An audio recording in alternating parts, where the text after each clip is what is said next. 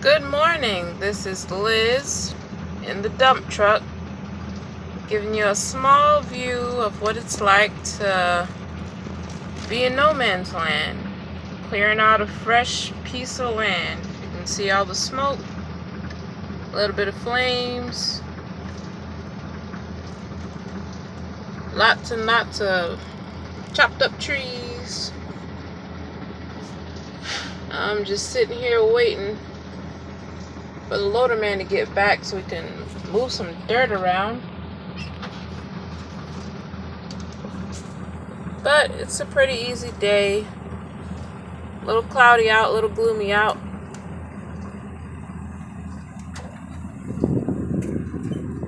But getting paid.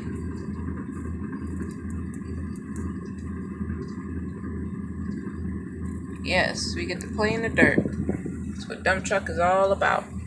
Well, not all about, but some of the times. Gotta come to spots like this. Help clear the land. Either it's gonna be a pit or somebody's new home. I don't know.